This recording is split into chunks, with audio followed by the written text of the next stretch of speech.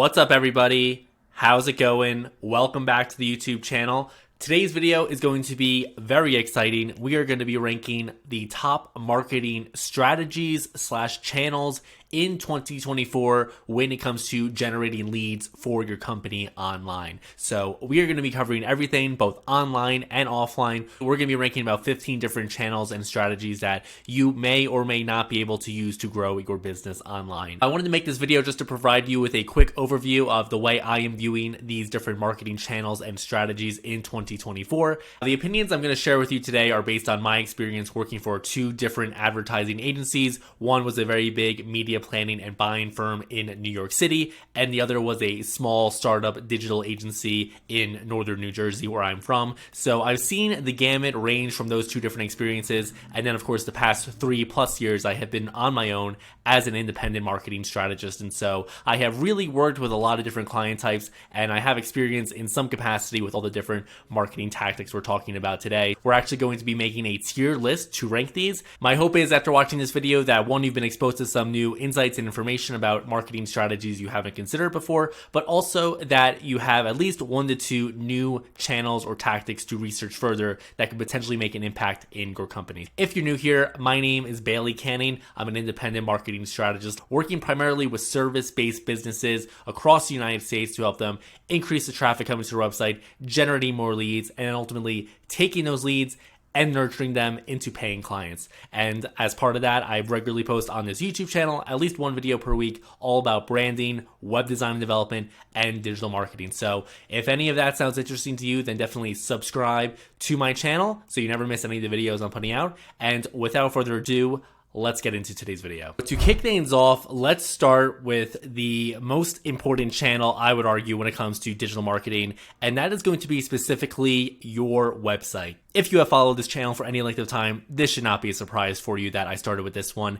Honestly, you can literally just start with a 1-page website for your company and then build upon it from there, because when it comes to websites, you should never think of them as done, where you can just ignore it going forward. You're always going to be wanting to add more features, add more content, add more service pages, etc. So the website is never done. That is why I wanted to start here, because this is the foundation of your company's entire online marketing strategy, and you really need to get your website right before you can move on to other sorts of strategies aimed at generating traffic and generating leads for your company online. I am going to be ranking this one in the S tier ultimately, because it is just a non-negotiable thing your company needs to get right in order to truly have a positive impact on both its online and offline marketing strategies as well. So really cannot overstate the importance of your website. It is literally step 1 when it comes to marketing online today.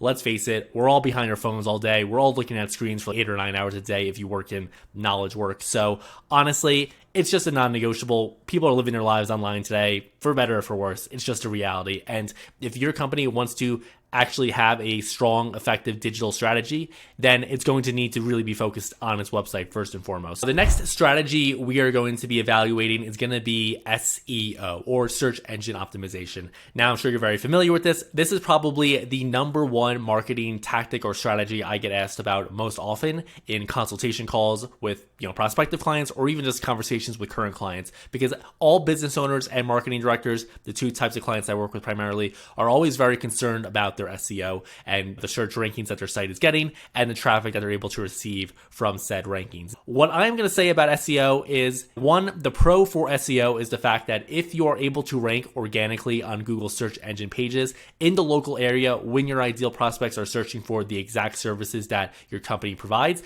then obviously that is going to result in a lot of high quality traffic coming to your website of local people in market for the services that your company provides. So that is the main benefit of it, and that is why so many companies and so many businesses have been focused on it for so long, because one, it doesn't really cost money essentially to rank for those organic keywords. A lot of it is just a lot of sweat equity and doing the work necessary to produce content, to produce service pages, and make sure your website is dialed in from a technical SEO perspective in order to rank for those keywords to generate the traffic from that. I will say though, SEO is a very long-term game. I always tell clients, be prepared for this to take anywhere between 6 to 12 months to work out. And I will say the future of SEO is a little bit in doubt, and I plan to be doing videos about this in the future coming up. But long story short, I just don't know how viable of a platform or strategy SEO is going to be going forward. It might still be relevant 5 years from now, don't get me wrong, but I just don't know if it's going to be as relevant as it used to be. And that is going to be because of course, the rise of AI tools like ChatGPT. And as of the time I'm recording, Google recently announced that they're integrating AI overviews directly into search. So many marketers and many business owners are concerned that is going to significantly cut off their traffic. We're already seeing a lot of anecdotal stories from that of people in the blog sphere. So honestly, I just don't know. In Google's defense, they say actually that the AI overviews are leading to higher percentage click-through rates. However, even though they say that's what their internal studies say, they have not released that data, so it is a little hard to trust them. And then, of course, like 2 weeks ago from the time I'm recording this, there was this massive SEO leak of like 14,000 documents breaking down how the Google algorithm works. It does seem to be accurate. People are still going through it. A lot of stuff that's coming out is basically showing that Google's SEO algorithm cares about ranking factors that Google has reportedly said on the record many times over that they're not looking into, such as click-through rate, domain authority, things of that nature. Honestly, I do still think it is worth investing in SEO for at least the next year or two. We'll see what happens. There's also new search engines coming up like Perplexity, which kind of integrates like the existing Google search model along with ChatGPT. It's very interesting. I've just started playing out with it.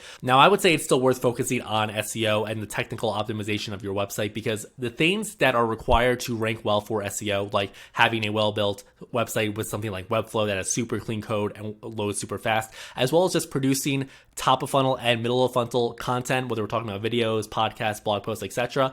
That is also content that can be distributed on other platforms like we'll be talking about in this video as well. So I would say SEO is still worth paying attention to, because again, you should be doing all this work anyway. And so based on the work you're doing, you might as well optimize that to its fullest potential. But honestly, I'm going to put this in the C tier for right now, because the future is very uncertain. The way I'm looking at SEO these days is that view it as a viable traffic channel, but also be differentiated, because there are many businesses that have literally gone out of business overnight because they were literally 100% dependent on organic traffic from Google. If you look in your analytics platform, ideally, you're not going to see any one channel having a higher share than like 25 to 30% or so of your traffic. So if 80% of your traffic is reliant on SEO right now, that is a huge red flag that I would get ahead of immediately. I think you should start diversifying your efforts into social media, into content production on specific platforms, because that is really the way marketing is going. Honestly, these days, you need to view things more as building an audience of fans online rather than creating content that people are searching for to get their answers for. Because honestly, at the end of the day, SEO, for as great as it was, always a very transactional item, essentially, where people want to find out some information, you produce a blog post or a video on that, and then they get that information. But otherwise, unless you have a great brand presence online, people were always going to leave anyway. So the name of the game in marketing these days is really to be building an audience of fans and making a human-to-human connection, which is exactly why I'm making videos like this in the first place. The next channel we are going to be talking about is paid traffic, specifically Google ads and Meta ads, basically ads that run on Facebook and Instagram, if you're unfamiliar. The draw of paid traffic is that when you're looking to get traffic to your website, you, instead of, having to spend a lot of time, energy, and resources creating content like this to get organic eyeballs on your business, what you can instead do is simply go to the traffic stores of Google and Meta and pay for traffic. So that way you can get your offer and your message directly in front of your ideal prospects in their newsfeed, whether they're scrolling on Instagram or Facebook, or as they search for things on Google related to your company and the keywords you want to bid on. Now, I'm going to put this one in the B tier, because while I do think essentially every company should be investing in some sort of paid traffic, number one, it does cost money. We're talking, you could easily be spending thousands of dollars a month on these ads.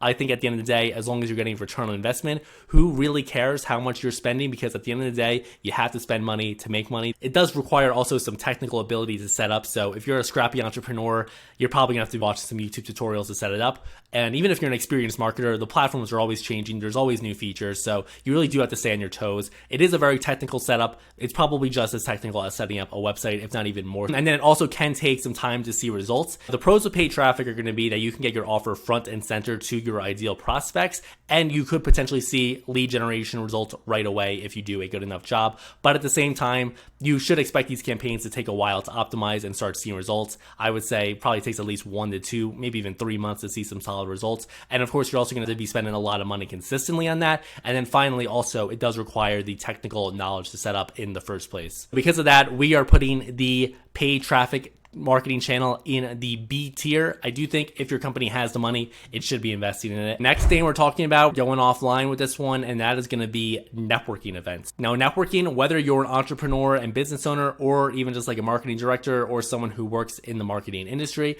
I'm going to tell you networking is absolutely essential for just increasing the amount of ideas you're exposed to and meeting new people, making industry connections. I will tell you, based on my experience, I have landed some of the best clients I've worked with by going to networking events here in the local Boulder, Denver area. And honestly, you would be surprised, especially in this day and age where, so many people are working from home, so many people are stuck behind a screen and not really enjoying it, to be completely honest with you. And you would be so surprised how much trust and likability is just transferred when meeting people face to face and actually shaking people's hands. So I'm going to tell you, if you're an entrepreneur, if you're a business owner, get to some local networking events in your area. I guarantee you're going to meet some cool, interesting people that are going to help you grow your business, or who can make some introductions to you as well to help you grow your business with other people. I recommend going to industry events. So for example, if you're a lawyer, go to networking events where there's going to be other lawyers, but then also go to other networking events where there's going to be other people who could benefit from your services. So that would be trying to meet people who are in the industries where you think they could benefit from your legal services, if we're keeping with the law analogy here. So that's where we're going with this one. Networking, S tier, absolutely essential. Whether you're an entrepreneur or you're an in-house marketing person, you should be getting out to at least a couple of networking events per month. Real quick, if you're getting value out of this video and you would like to potentially pick my brain on your company's current digital marketing strategy, then definitely feel free to book a strategy call with me. There's a link in the description here where you can learn more about that offer. It's a no obligation consultation. And honestly, if we're not a good fit for each other to work with on a potential website or digital marketing engagement, then I will try to connect you with someone in my network who is better suited to help you. But long story short, it's a very casual, no obligation conversation. I will take the time to learn more about your company's marketing and sales efforts. And then based on all the information I gather about what's working and what's not working, I will work with you directly on the call to outline a potential marketing game plan. That sounds interesting to you? There's a link in the description where you can learn more about that offer. And without further ado, let's get back to today's video. The next thing we're going to be ranking now is going to be cold outreach. And by this, cold calling and cold emailing. Now, I'm going to say I'm not huge on the cold outreach just because I think, again, there's a lot to be said about building an audience online and establishing that trust and likability and expertise that's ultimately going to be necessary for you to generate leads and close sales. However, I do think every person, entrepreneur, individual, company, whatever you want to call it, should be doing some sort of cold outreach, even if it's as little as doing something like 10 targeted cold emails or 10 targeted cold calls. Now, when I'm talking about cold outreach, I'm not talking about doing it in a spammy way. We've all gotten those emails or those voicemails or those calls where we're like, dude, I'm not interested. Please just leave me alone. But if you do it in a smart way where you've actually done research on the person you're looking to talk to and they can actually benefit from your service. So for example, if you're pitching website services, don't be cold emailing companies that clearly invested tens of thousands of dollars into their website and do not need website services, because you're just wasting everybody's time at that point. But if you see there's a local business in your area, for example, that has a good amount of revenue, but their digital online presence is just not being touched on at all, then definitely make an introduction to yourself and see how you can provide value to the person you're talking to. Whether we're doing cold outreach or we're focusing on inbound strategies, you always want to be helping, not selling. However, I do think when it comes to marketing, cold outreach is essential and you really should be focused on it. I would take a very slow and steady approach. Focus on personalizing things, even if it doesn't scale. I think you'd get much better results looking at things at a year-long perspective versus looking at trying to get leads right away today. So honestly, I'm going to put cold outreach in the C tier because I do think it is worth doing in a year-long time frame. You would definitely land some clients. However, do not just spray and pray and embarrass yourself and leave a digital footprint that you're not going to be proud of years from now. So I do think if you're able to do it in a confident and respectful manner,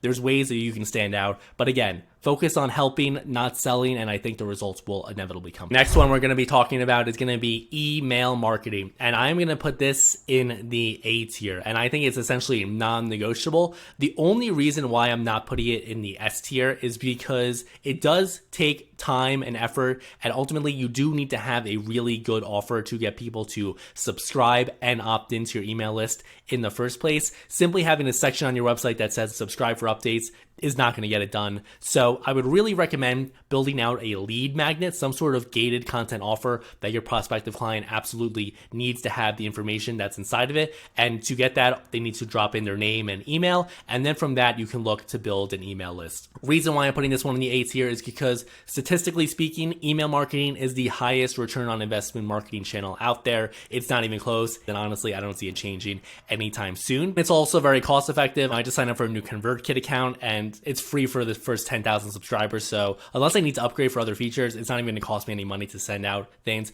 But you can get a solid email marketing plan starting for $10 to $20 a month, which will be perfectly fine. And lastly, I'll just leave you with the fact that especially when it comes to selling professional services, which are high ticket items, so it's a long sales cycle. And that's why you need to be producing content that is helpful to your prospective clients and then distributing that content via your email list. So when they are ready to eventually move forward, they're going to have been on your email list for days, weeks, or months, and you're going to have been staying top of mind, providing them with helpful content and establishing your expertise. And then when it comes time for them to finally make a purchasing decision, I guarantee you, significant amount of your competition has not been doing that, and you are going to be right at the top of funnel of their consideration list. So email marketing, we're putting it in the A tier. I think every company should be doing it, or at least looking at strategies to build an email list. But again, that's the only reason why I'm not putting it in the S tier, because building that email list is a little tricky. The next thing we're talking about is going to be content production. So by this, I am talking primarily about videos like this on YouTube and podcasts as well, which could also be a video podcast.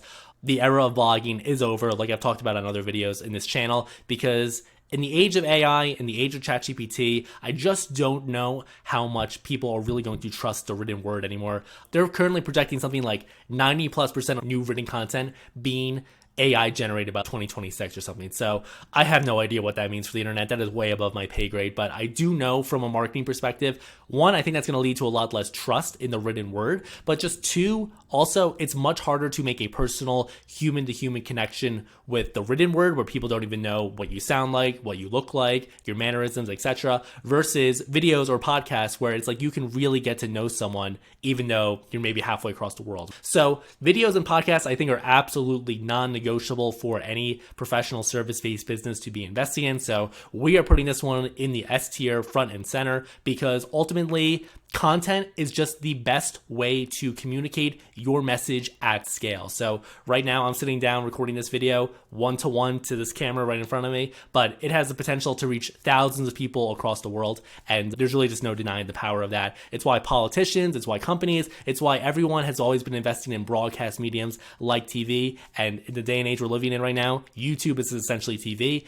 And you don't even need to really pay for producing the content in the first place, other than some of the tools and equipment that goes into it. But otherwise, there's just so much return on investment in terms of one, producing these long form videos, but then two, taking these long form clips and then using a tool like Opus Clip, as I've talked about on this channel, that will allow you to then repost on all the different social platforms and really help you get the most out of your content production efforts. So content production, it's non-negotiable for building an audience online, establishing your expertise, getting your prospects to know and trust you. I think every business can benefit from producing content. And honestly, as an independent marketing strategist, I don't even know if I would take on a client to do a marketing campaign if they're not willing to sit down and produce content themselves or have me help them produce content on their behalf. Because honestly, if you're not producing content, that's foundational marketing 101 at this point. If your company is already having a lot of success with digital marketing based on some of the different channels I'm talking about here, if you were to add content production, especially videos, into that mix, I think it would be rocket fuel for everything you're doing. So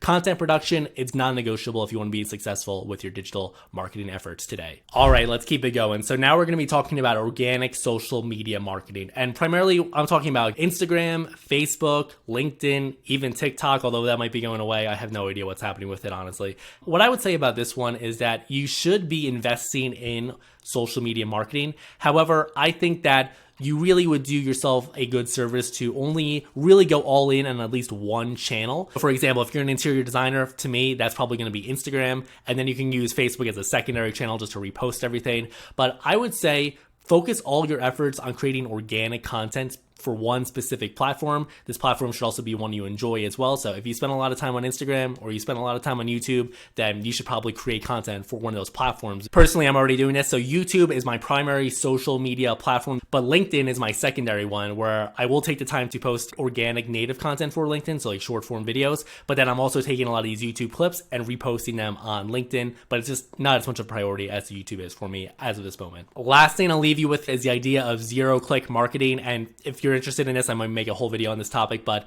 the day and age of posting a blog article on Facebook and then hoping to get people to click on that back to your website to generate traffic is over. That was definitely a viable strategy in 2014 or something like that. But these days, the social platforms are just so focused on video content, number one. And two, they don't want the users really to be leaving the platform itself. That's not good for their algorithm and their revenues. It's also not really what the user probably wants, because if you go on Instagram, you probably want to stay on Instagram. Honestly, you need to embrace the idea of zero-click marketing, and you really need to embrace the idea of branding, in the sense of that you need to be front and center, and you really can't be expecting these days to post one blog article or something and then expect leads to come in from that. The only way you're going to be able to generate and build an audience online ultimately is to have repeated exposure and to get people to know and trust you over a very long period of time. So I'm going to be putting organic social media right in the B category. I do think it is definitely worth it. Every company should be focusing on it. However, I will say it is very competitive. Instagram's competitive. LinkedIn is not as competitive. So if you are in B2B, I definitely think LinkedIn is worth it, especially with the amount of organic reach. Sometimes I post a video and then it gets like 1,000 views, which is just wild. Social media, it's definitely a viable strategy. You really need to do your due diligence and figure out what's going to be best for you. So we're putting this in the B tier. Moving on, we're going to be talking about referral marketing. And if I'm being honest with you, this is something that I need to do a much better job of in my own business. But I would say we're going to be putting this one right in the A tier, because referrals, especially in the service-based industries that I pretty much frequent, this is going to be some of the best lead gen opportunities your business is going to come across. By doing great work for your clients, those clients are then going to refer you organically, naturally, as you're talking to people at networking events or family gatherings and friends parties, stuff like that. So referral marketing is just great, because when you get a prospect who comes to you via a past client who has referred you, there is so much trust and authority that has been transferred. You'll start to notice you get on sales calls with someone who's been referred to you and they're already pre-sold. They're barely asking you any questions. They just want to know when to get started, basically. So referral marketing is great. I would recommend, though, you can't just do great work and then expect your clients to refer you. You do have to ask for the referral. Let's put it that way. And I do think there are systems in place you can put together, like establishing a referral program for your company. The details will always differ based on what exactly it is you do, but I would definitely recommend putting a referral incentive program in place. Maybe it's like for every new client or past client sends you, you send them like a $500 Amazon gift card,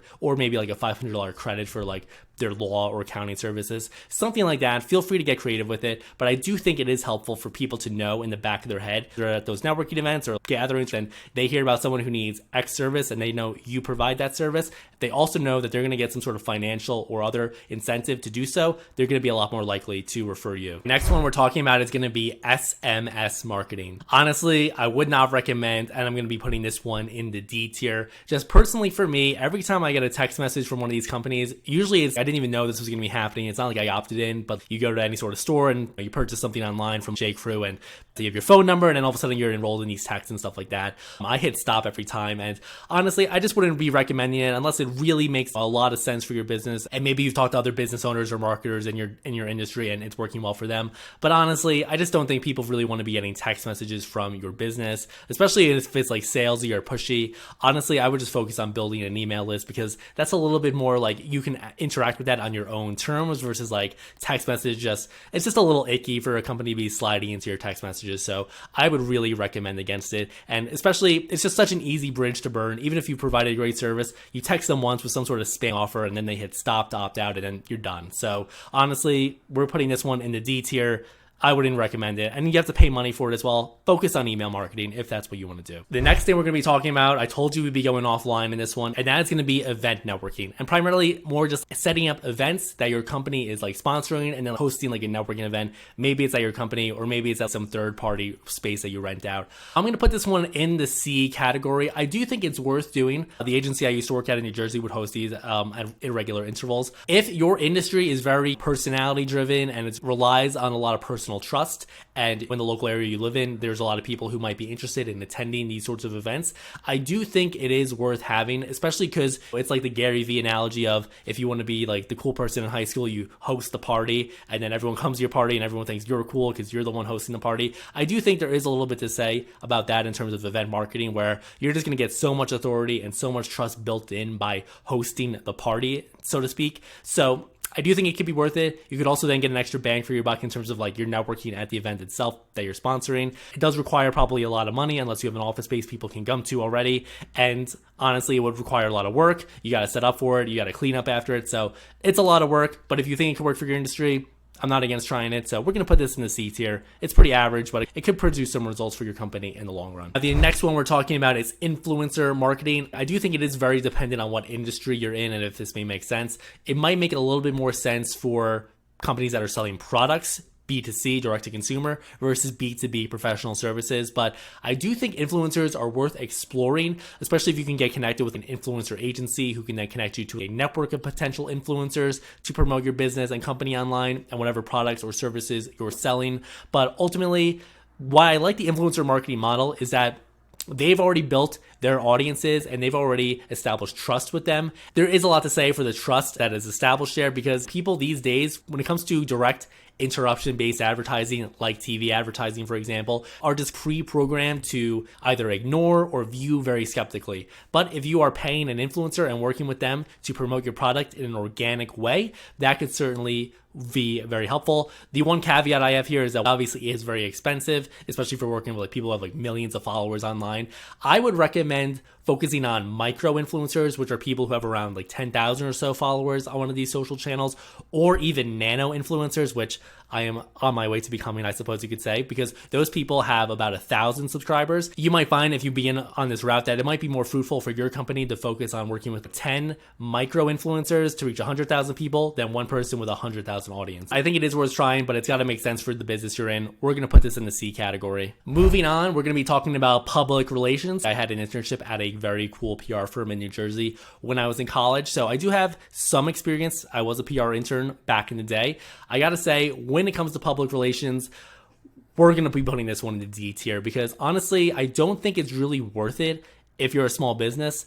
The only way it's worth it is if you're a big company with a lot of money and resources that can afford to pay outlets that get a lot of readership or a lot of viewership to have like co-sponsored content, essentially. I think public relations has a place for like Fortune 500 companies, no doubt, where they have a reputation that needs to be managed and promoted organically. However, the sense I always got from it working in that office was just the fact that, to me, it seems like PR, and listen, I could be totally wrong. If you're a PR professional watching this and you have disagreements, let me know in the comments. I'd love to hear the counterpoints. But to me, it always just seemed like PR was like playing defense in football. It seemed like you were always like reacting to things and you couldn't really go on offense like you can with advertising. So I'm not a huge fan unless you're like a big company. The next one we're going to be talking about is direct mail. So I know this is very popular in some industries, especially like real estate, for example, the direct mailers.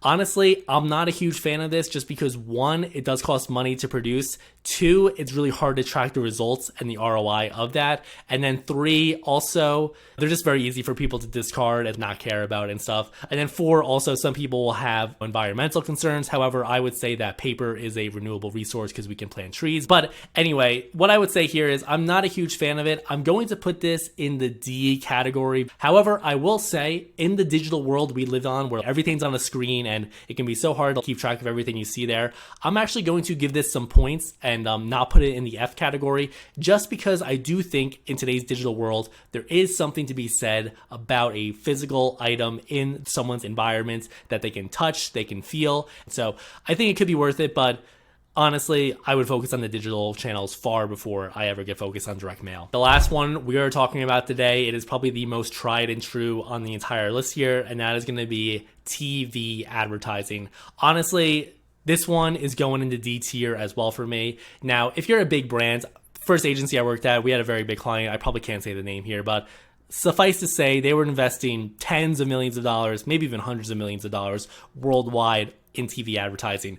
If you're a Fortune 500 company, it probably makes sense, even if it's hard to track the ROI, and even if viewership on TV, like for example, if you're a millennial or Gen Z, Do you even have a cable subscription? Probably not. You're probably on YouTube TV, or you're probably just streaming everything. So because of that, I actually don't think TV advertising is as effective as it was. I would never tell a small business client to invest in like TV commercials, because I just think, one, you could spend the same amount of time filming that asset, but then also just distribute it via YouTube, and it would be much more targeted than like broad-based local advertising. I'm not a fan of TV advertising. It really only makes sense if you're like a big-time company that relies heavily on brand awareness and can afford to spend money. Otherwise, if you're a small local company, if you're doing less than several tens of millions of dollars in revenue per year, I don't think it's worth it at all. As I look back now, having just recorded this video, there were some hot takes, I'm not gonna lie. So if you have any disagreements or even agreements, feel free to leave a comment in the comment section here, and I'll review and get back to you if it's a well-natured comment. But yeah, these are my personal opinions. That is it for me in this one. I hope you got some value out of it. If you did, definitely subscribe to my channel, and that way you will not miss any of the videos I am coming out with. Until then, take it easy. Have a great rest of the day. See you later. Bye.